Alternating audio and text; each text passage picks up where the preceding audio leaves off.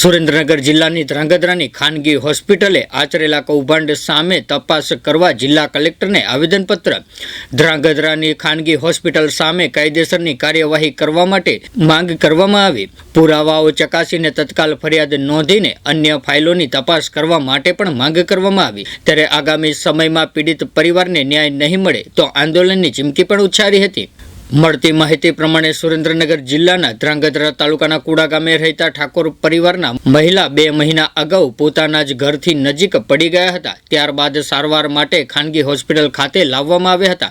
ત્યારે ખાનગી હોસ્પિટલ દ્વારા દર્દીના પરિવારજનો પાસેથી સારવારના નામે રૂપિયા લીધા બાદ રાજ્ય સરકારની વાહન અકસ્માત યોજનામાં દર્દીનું અકસ્માત ખોટી રીતે દર્શાવીને લાભ લીધો હોવાની જાણ થતાં જ સમગ્ર કૌભાંડ બહાર આવ્યું હતું. જોકે પીડિત પરિવારે પોતાની કાયદાકીય અજ્ઞાનતાના લીધે સમગ્ર કાયદાકીય લડાઈ લડવા સામાજિક કાર્યકરને સંમતિ આપી છે. ત્યારે ધ્રાંગધ્રા પોલીસ સહિત ઉચ્ચ સ્તરીય લેખિત રજૂઆત કરાઈ હોવા છતાં પણ કોઈ પણ કાર્યવાહી કરવામાં આવતી નથી. ત્યારે અંતે દર્દીના પરિવારજનો તથા સામાજિક કાર્યકર દ્વારા જિલ્લા કલેક્ટરને આવેદનપત્ર પાઠવીને ધ્રાંગધ્રા ખાનગી હોસ્પિટલના સત્તાધીશો સામે તપાસ હાથ ધરીને રાજ્ય સરકારની વાહન અકસ્માત યોજનાની ગેરનીતિ આચરવાના લીધે ફરિયાદ નોંધવા લેખિત રજૂઆત કરી હતી.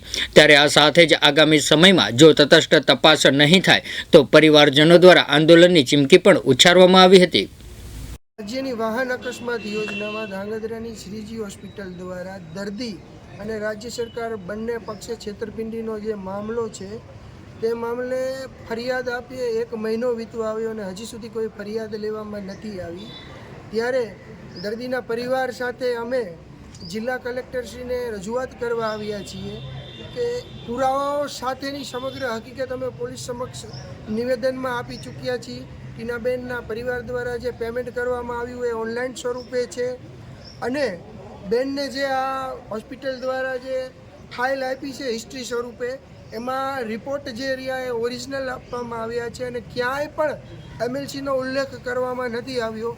અન્ય દર્દીઓ જેમનો ખરેખર અકસ્માત થયો છે અને તેમની પાસે જે હિસ્ટ્રી ફાઇલ છે એમાં ડિસ્ચાર્જ કાર્ડમાં MLC નંબર બતાવવામાં આવે છે, આમાં બતાવ્યો નથી. મતલબ કે સીધો જ મામલો છે આ છેતરપિંડીનો.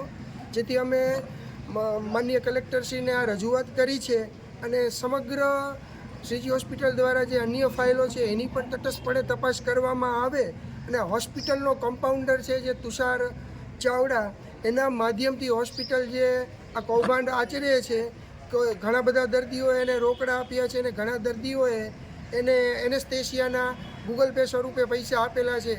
એટલે આ પ્રકારની જો જલ્દી તટસ્થ તપાસને કાર્યવાહી કરવામાં આવે તો એક મોટું કૌભાંડ બહાર આવી શકે છે. દિન 7માં જો કોઈ યોગ્ય અને તટસ્થ કાર્યવાહી નહીં થાય તો દર્દી પીડિત પરિવાર અને એની સાથે હું ધ્રાંગધ્રા નાયબ કલેક્ટરની કચેરીએ ઉપવાસ આંદોલન ઉપર બેસીશ.